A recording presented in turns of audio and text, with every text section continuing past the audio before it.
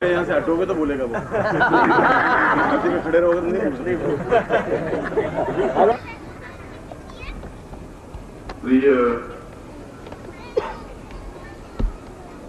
आत्मीय शिष्यों और साथियों, आज की बातचीत में किसी श्लोक से या किसी मंत्र से प्रारंभ नहीं कर रहा हूं। मैंने आज अपनी बातचीत प्रारंभ की है आपको आत्मीय शब्द का संबोधन करके, और आत्मीय का अर्थ होता है जो आत्मा के या प्राणों के अंश होते हैं, उनको आत्मीय शब्द से संबोधित किया जाता है। आपको दीक्षा देते समय मैं आपके चेहरों को, आपके चिंतन को, आपके विचार को पढ़ रहा था, और मैंने अपने जीवन में शायद हजारों यज्ञ करवाए होंगे, जिसमें 100 कुंडी यज्ञ हैं या 1 कुंडी यज्ञ भी हैं तो 1 लाख कुंडी यज्ञ भी थे। उदयपुर की महाराणा ने जो 1 लाख कुंडी यज्ञ संपन्न करवाए थे, उसमें मैं गुरु और आचार्य दोनों ही रूप में विद्यमान था, और हजारों ब्राह्मणों और पंडितों के माध्यम से वह कार्य संपन्न हुआ था। वह भी मेरे सामने स्पष्ट है, और मैं हजारों या लाखों लोगों की भीड़ में भी, हिंदी में भी, अंग्रेजी में भी और अन्य भाषाओं में भी, संस्कृत में भी बोलने का अवसर मिला है। परंतु जितना आनंद मुझे अपने शिष्यों के बीच बोलने में प्राप्त होता है, उतना आनंद श्रोताओं के बीच बोलने में शायद नहीं प्राप्त होता। और इसका मूल कारण, मैं अपने आप को केवल होठों से ही गुरु नहीं कहता, या मैं ऐसा गुरु बनना चाहता भी नहीं, ऐसी मेरी इच्छा और आकांक्षा भी रही नहीं है। जीवन में और अपने पूरे जीवन को बहुत ही तलवार की धार पर चलाने का प्रयास किया है, और इस स्वभाव को, इस चिंतन को, मेरी विचारधारा को और मेरे व्यक्तित्व को सन्यासी शिष्य भी बहुत अच्छी तरह से जानते हैं, और गृहस्थ शिष्य भी बहुत अच्छी तरह से जानते हैं। जीवन के 19-20 साल जिस दृढ़ता और हिम्मत और क्षमता के साथ में पूरे हिमालय को रौंदा है और देखा है, तिब्बत के लामाओं के बीच रहने का अवसर मिला है, और उस बीच में सैकड़ों प्रकार की साधनाएं, सैकड़ों प्रकार की क्रियाएं, चाहे वह योग से संबंधित है और चाहे संसान साधनाओं से संबंधित है, चाहे वाम मार्गी है, चाहे दक्षिण मार्गी है, चाहे कौल है, चाहे शैव है, चाहे वैष्णव है, उन सभी साधनाओं को निकटता से अनुभव देखा है, परखा है, चिंतन किया है, और उसके बाद में मैं उन पर बोलने में सक्षम हूं। इसलिए मैंने जब आपको सुबह दीक्षा दी, तब मैं केवल आपको ही नहीं देख रहा था। मैं सुबह भी अपने प्रवचन में आपको बताया था कि आपके पिछले जीवन को भी मैं देख रहा था, परख रहा था, और यह इसका परिणाम है कि साहब को जब निर्मोही मुझे मिले तो मैंने कहा कि विदाई संदेश देना तो व्यर्थ है, 20-25 लोग होंगे, उसमें तुम मुझे व्यर्थ में ले जा रहे हो, कोई मतलब नहीं है। और मुझे आश्चर्य हुआ है, आप इतने लोगों को यहाँ एकत्र देख करके, आश्चर्य इस बात से नहीं हुआ कि आप इतने लोग एकत्र हैं, आश्चर्य इस बात से कि आप इतने जल्दी मुझसे जुड़ गए। जब मेरे लिए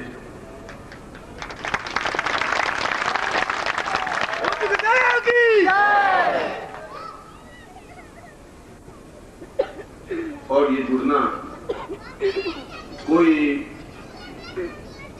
असंभव बात नहीं थी, यह जुड़ना कोई नवीन बात नहीं थी। जुड़े हुए तो आप थे ही, आपके मेरे बीच में एक छोटा सा पर्दा था, उस पर्दे की वजह से आप मुझे शायद देख नहीं पा रहे थे, और आप नहीं देख पा रहे हैं मेरे पीछे जो पर्दा है, इसके पीछे कौन खड़े हैं वो भी नहीं देख पा रहे हैं। जब 10 फीट की दूरी पर आप नहीं देख पा रहे हैं तो मैं आपको 100 साल की पिछली जिंदगी को देखने का अभ्यस्त बना भी नहीं सकता। मगर मैं आप लोगों से बहुत अच्छी तरह से परिचित हूं और बहुत अच्छी तरह से आपकी भावनाओं को, आपके चिंतन को, आपकी क्रियाओं को मैं जानता हूं और इसीलिए मैंने आपको आज आत्मीय शब्द से संबोधित किया है। मेरे इस बातचीत के प्रारंभ में जो बात निकली कि सिद्धार्थ सागर परिवार की एक मुख्य शाखा मुंबई में हो, और वास्तव में यह एक अत्यंत ही शुभ और अद्वितीय प्रयास है। प्रयास शब्द इसलिए कह रहा हूं कि मैं आपकी झिझक को, संकोच को देख करके प्रयास शब्द बोला हूं। मुझे आश्चर्य होता है कि इस बीच में मुझे 100 आपके बीच में से खड़े हो जाने चाहिए थे और ये कहना चाहिए था कि आप मुझे बोलिए, मुझे बोलने का अवसर दीजिए, मुझे लिखने का अवसर दीजिए। इसलिए मुझे यह शब्द प्रयास का शब्द लगाना पड़ा। उसमें तो ऐसी कोई बात थी ही नहीं और आप देने वाले कुछ है ही नहीं। आप देंगे तो मैं अपने आप आपको दे सकता हूं, इतनी मुझमें क्षमता है। इसलिए आपको इतना विचार करने की जरूरत है। पर मैं आपकी झिझक को देख करके अपने आत्मा को टटोला जरूर। मैंने कहा कि गड़बड़ कहां हो रही है, और ऐसी बुझदिली इन शिष्यों में कैसे आ गई। इसलिए नहीं आप 1000, 2000, 5000 दे देंगे, इससे ये संस्था बहुत महान बन जाएगी। इससे पहले भी संस्था अगर विदेशों में 25 यज्ञ संपन्न करवा चुकी है और मैं इस पूरे विश्व में अगर 6 बार भ्रमण कर चुका हूँ, छोटे छोटे देश को देख चुका हूँ, तो ये कोई मेरे लिए बहुत बड़ी घटना नहीं है। मगर जिस उत्साह के साथ उन लोगों ने इस कार्य को प्रारंभ करने का निश्चय किया, उससे आपसे कम से कमजोर आदमी भी खड़ा होकर के बोल सकता था और बोलना चाहिए था और बोलना चाहिए। अगर नहीं बोलना चाहते हैं और नहीं बोले तो मुझे वापस अपने आप को सोचना पड़ेगा, विचार करना पड़ेगा कि यह त्रुटि इन शिष्यों के बीच में तो कहीं नहीं है। शायद मुझ में कोई त्रुटि रह गई है कि मैं उनको इतनी ताकत, इतनी क्षमता नहीं दे पाया कि उनके होठों से कोई ढंग की शब्द निकल सके। इसमें ऐसी कोई बात थी नहीं। और यदि आपको अव्यय होना है तो पत्नी बीमार हो जाए तो 1000 रुपए खर्च हो जाएंगे। यदि घर में कोई छोटी मोटी तकलीफ आ जाती है 2000 रुपए खर्च हो जाएंगे। और आपको देने से ये संस्था रुक नहीं सकती। आप नहीं देंगे तो संस्था नहीं रुक सकती।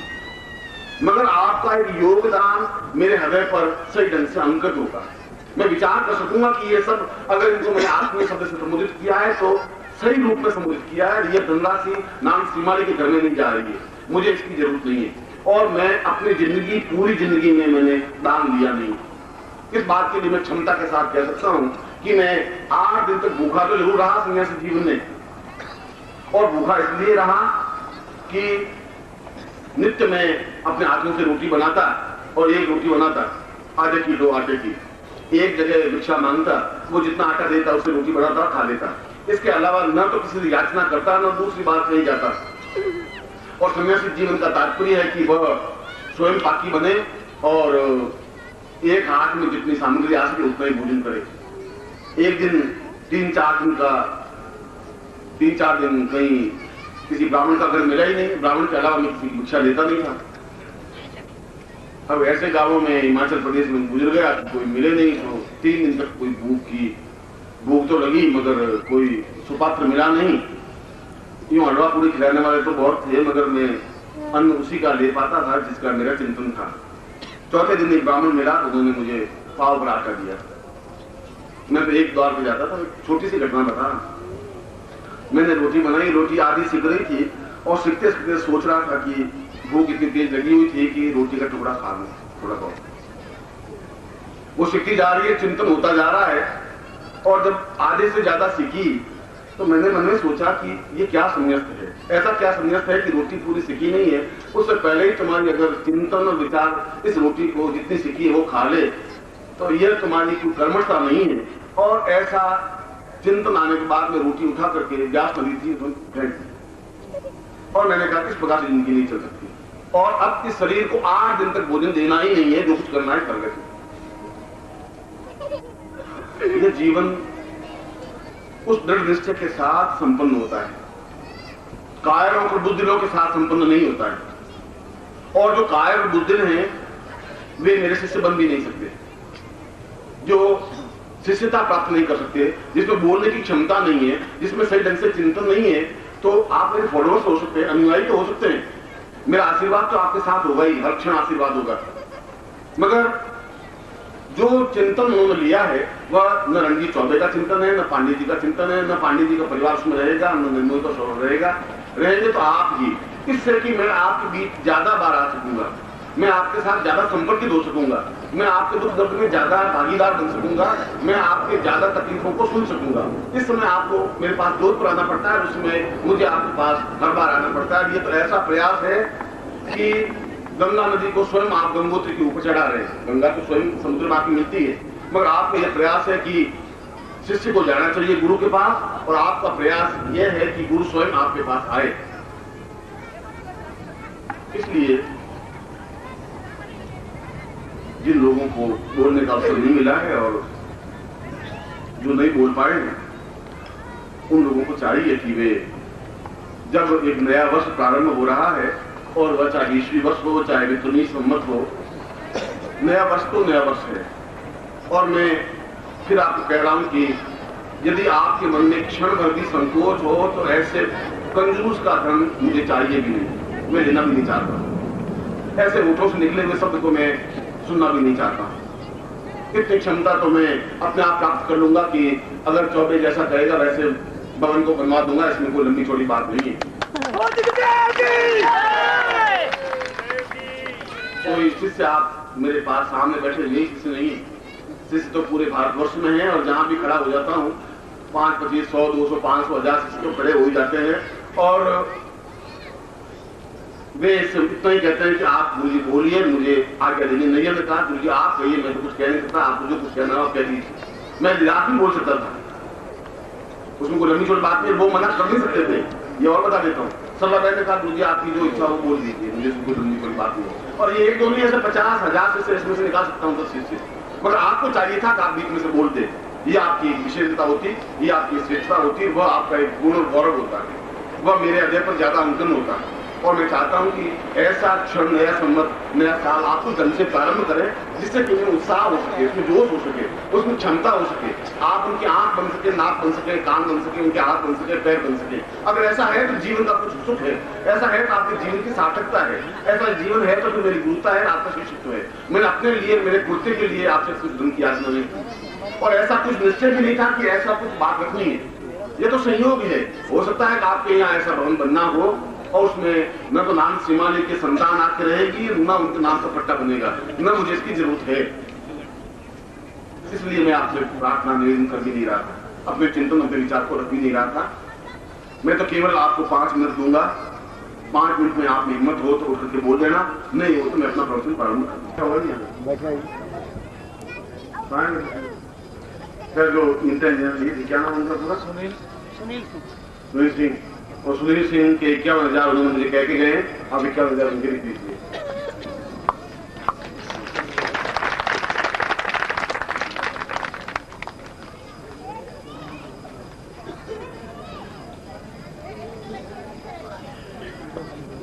और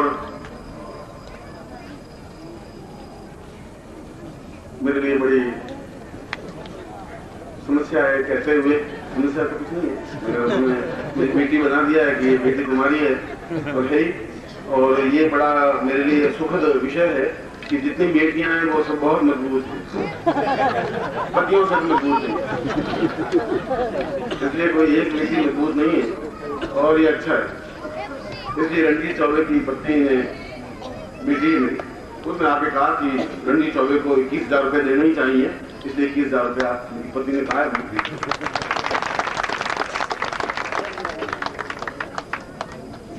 वो लड़का कपूर है, उसकी बात में मानता नहीं, तो लड़की की बात माननी पड़ेगी, इसलिए पूछ दिया तो तुम्हारी इच्छा है।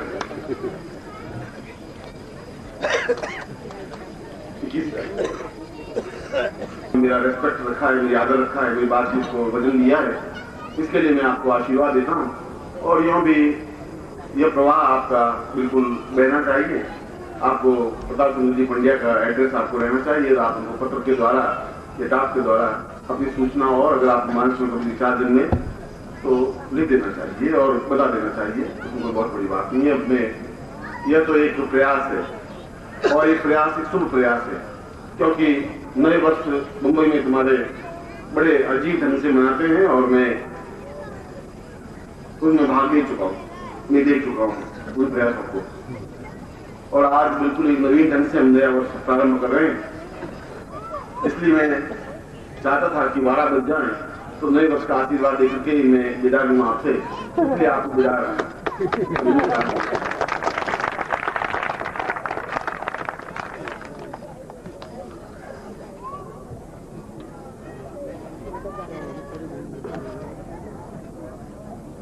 मैं अपने मूल विषय पर आ रहा हूं कि इस यज्ञ और इस शिष्टता और गुरुता और आपस में आपके मेरे संबंधों पर मैंने जीवन में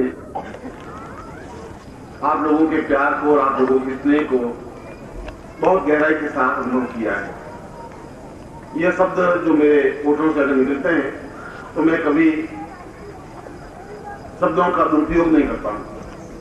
मुझे अगर आप पर कॉन्फिडेंस है तभी मैं कहूंगा कि मुझे आप पर भरोसा है, और यदि मुझे कोई अटपटी बात लगेगी तो मैं उनके मुंह पर दृढ़ता के साथ कह दूंगा कि मुझे आपकी बात रुचिकर नहीं लगी, या आप सही ढंग से नहीं बोल रहे थे, चाहे वह मेरा कितना ही प्रिय हो, चाहे कितना ही नजदीक हो। मैं न शब्दों से खिलवाड़ करता हूं, न किसी को व्यर्थ में प्रशंसा करता हूं, मगर जहां प्रशंसा योग्य बात होती है और जहां अगर आपकी आत्मीयता मेरे साथ है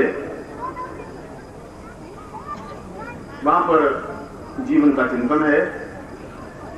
और मैं चाहता हूं कि इस प्रकार का कार्य आपके द्वारा हो रहा है। यह मुंबई के लिए तो एक सौभाग्यदायक है कि 1990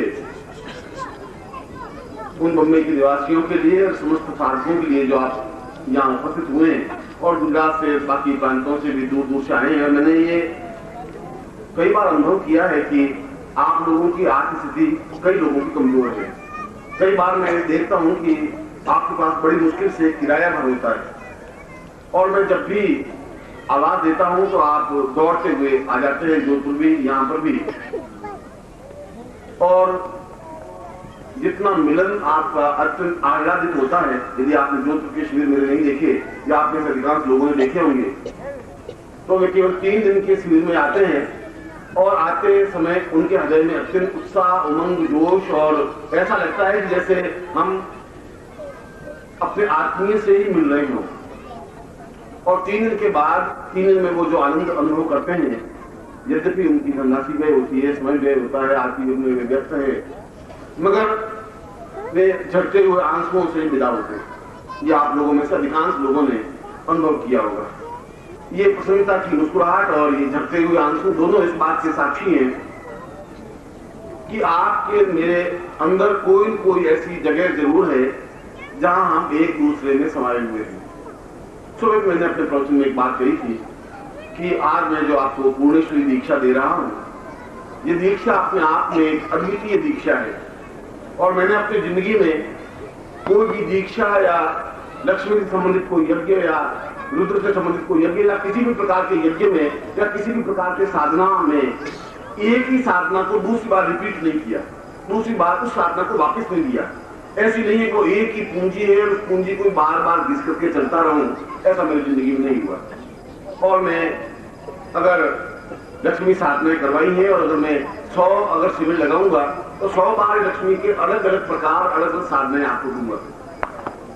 यह इसलिए कि आपके जीवन में 2 स्थितियां बनती हैं। एक स्थिति तो आपके पूर्व जन्म के संचित पाप और पुण्य की है, जो इस जीवन की भी है, और वह पाप और पुण्य जीवन की दुर्भिक्षता और अकाल और परेशानियां और बाधाएं वे दूर हो सकती हैं यदि मेरे जीवन का अनुभव है तो यह कि या तो वे गुरु मंत्र के निरंतर जप से दूर हो सकती हैं और या अपने इष्ट मंत्र के जप से निरंतर हो सकती हैं, क्योंकि वे निरंतर उन दोषों को काटने की प्रक्रिया है। यदि मुझे भी अपने जीवन में पूर्णता प्राप्त करनी है तो आज भी दौड़ते हुए अपने गुरु के पास जाना ही पड़ेगा, जाना ही चाहिए।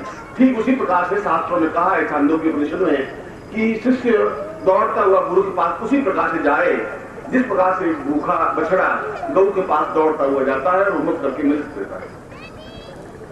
और मैं आपके मिलन को वैसा ही अनुभव करता हूं। मैं आपके हृदय को उसी प्रकार से पढ़ता भी हूं, मैं आपके जीवन को उसी प्रकार से अनुभव भी करता हूं। और इसीलिए इस रात्रि के 12 बजे तक यदि आपको 500 रुपए भी कोई देता है तो आप इस प्रकार से बैठे नहीं रहते इस नीरस कार्य में, क्योंकि यह जो सारा कार्य हो रहा था इसमें कोई रस नहीं था, न तो कोई नृत्य था, न कोई संगीत का आयोजन था, न कोई कार्यक्रम था। फिर भी आपकी उत्साह और उमंग की एक लहर थी, एक जोश था, एक चिंतन था, एक विचार था। और यह सारी प्रणाली, ये सारा चिंतन आपके मेरे बीच की जुड़ी हुई कड़ी है। और मैंने पहले भी कहा कि पूरे जीवन में किसी मोड़ पर आप और हम मिलेंगे जरूर, पिछली जिंदगी में भी, इस जिंदगी में भी, मगर उस क्षण को हम छोड़ देंगे। आज से ठीक 2500 वर्ष पहले बुद्ध पैदा हुए थे और उस बुद्ध के पैदा होने के बाद इन 2500 वर्षों में हम एक साधना की दृष्टि से एक अज्ञान के गर्त में निकलते गए। न मंत्रों के प्रति आस्था रही, न ब्राह्मणों के प्रति चिंतन रहा, न यज्ञों की प्रति भावनाएं रही, इसलिए कि गुरु अपने आप में कमजोर बनते गए। आपकी साधना में कोई कमी नहीं थी, आपकी शिष्यता में कोई न्यूनता नहीं थी, मगर न्यूनता केवल इतनी थी कि आपके प्रयास कमजोर थे। क्योंकि यदि एक नदी को समुद्र में मिलना है तो नदी को ही दौड़ करके जाना ही पड़ेगा और जाना चाहिए। अब नदी बीच में सूख गई तो उस नदी को सरिता नहीं कर सकते, गंगा नहीं कर सकते। गंगा तो सागर तक बनती है जब दौड़ती हुई, पहाड़ों से उछलती हुई, टकराती हुई, पेड़ों को तोड़ती हुई और किनारों को काटती हुई, निरंतर बहती हुई तेजी के साथ समुद्र में जाकर मिल जाती है। और जब मिल जाती है तब उसे पूर्णता प्राप्त होती है। समुद्र तक भी बाएं फैलाए खड़ा रहता है। यह नदी की ड्यूटी, नदी का कर्तव्य है, नदी का धर्म है कि वह हराती हुई तेजी के साथ बहे जाए और समुद्र की बहाव में समा जाए। और गुरु और शिष्य का भी ठीक वैसा ही संबंध होता है। जिस क्षण आप में तड़प पैदा होगी, जिस क्षण आप में बेचैनी पैदा होगी, और यह बेचैनी और तड़प पैदा करने के लिए मैं पिछले 25 जन्मों से आपका बराबर साक्षीभूत रहा हूं। और मैं विज्ञान की कसौटी पर आपके पुराने, आप में से किसी के भी पिछले जीवन को मैं अक्षर से बोल सकता हूं। इसलिए कि जब मैं आप में से एक चुनौती, तो एक छोटी सी बात है, अपनी जिंदगी में मैंने लाख चुनौतियां झेली होंगी, लाख जवाब दिए होंगे, इस बात की मुझे परवाह नहीं है। मैं तो केवल अपनी बात कह रहा हूं कि यदि किसी के पिछले जीवन को देखना है तो मैं बता सकता हूं कि आप वहां पैदा हुए, आपका नाम ये, वहां आपकी फोटो लगी हुई है और आप जाके भारत में चेक कर सकते हैं। तब आपको भरोसा हो जाएगा कि वास्तव में ही जो मैंने कहा है वह साक्षीभूत है। हो सकता है कि आपके इस चेहरे में, उस चेहरे में 5% का ही फर्क होगा, 100% का फर्क नहीं होगा। उस चेहरे को देख करके, उस फोटो को देखने के बाद में कन्फर्म हो जाएगी कि है आप वही। इसका मतलब है कि आपके पिछले जीवन से मैं परिचित हूं। गड़बड़ इतनी हुई कि यह जो पगडंडी है, जिस पगडंडी पर मैं चल रहा हूं, वह बड़ी बल खाती हुई पगडंडी है, सीधा सपाट मार्ग नहीं है और साधना का रास्ता सीधा सपाट होता भी नहीं है। इस बल खाती हुई पगडंडी पर चलते हुए आप किस समय मेरी उंगली पकड़ ले या किस क्षण आपकी मेरी भेंट हो जाए, मगर जीवन भेंट तो जरूर होगी ही। भेंट होती है, फिर आपकी उंगली छूट जाती है, फिर आप मुझसे भी छूट जाते हैं और फिर मेरे हृदय में उतनी वेदना, उतनी भूख, उतनी तड़प पैदा होती है। मैं भी आपकी तरफ बराबर छटपटाता हूं। यदि आपके मन में तड़प है तो आपसे 100 गुना ज्यादा मुझ में तड़प है। और मैं बिल्कुल ईश्वर को, अपने गुरु, अपनी जिंदगी में अपना सिर 2 जगह झुकाया है, या तो अपने गुरु के सामने या ईश्वर के सामने। तीसरी जगह मुझे सिर झुकाने की आवश्यकता पड़ी नहीं, मैं झुकाऊंगा भी नहीं। विनयता, नम्रता मेरे है और मैं प्रत्येक, मगर सुबह मैंने ये बात कही थी आपको कि लोगों के राम इष्ट हैं, किसी के कृष्ण इष्ट हैं, किसी के ईसा मसीह इष्ट हैं। मेरा इष्ट तो मेरा शिष्य है। इसलिए इष्ट है कि यदि मैं उसको अपनी मंजिल तक पहुंचा सकूंगा तो यह मेरे जीवन की एक श्रेष्ठता होगी, क्योंकि इस जीवन में ही मैं उसको पूर्णता दे देना चाहता हूं। बार बार ये मलमूत्र भरी जिंदगी जीना, बार बार पैदा होना, बार बार शुद्धता की तरह अपने जीवन को व्यतीत करना, फिर उसी परेशानियां, उस बाधाएं, अड़चने, कठिनाइयों को पार करते करते फिर 35, 40, 45, 50 वर्ष में कहीं कहीं मोड़ पर मैं मिलूंगा। फिर आपके एकदम मन में आएगा कि धरती को परिचित हूं, पहचाना हुआ है। देखा हुआ यह है कि आप में से कई लोग पहली बार मुझे मिले चेन्नई से, और पहली बार मिलने के बाद फिर आपको 12 बजे तक आप मेरी इंतजार कर रहे हैं। अनजान आपके पड़ोसी अगर आपको कहे तो 12 बजे तक आप इंतजार नहीं कर सकते थे। इसका ओम परम तत्वाय नारायणाय गुरुभ्यो नमः। ओम ह्रीं मम प्राण देह रोम प्रतिरोम चैतन्य जाग्रय ह्रीं ओम नमः।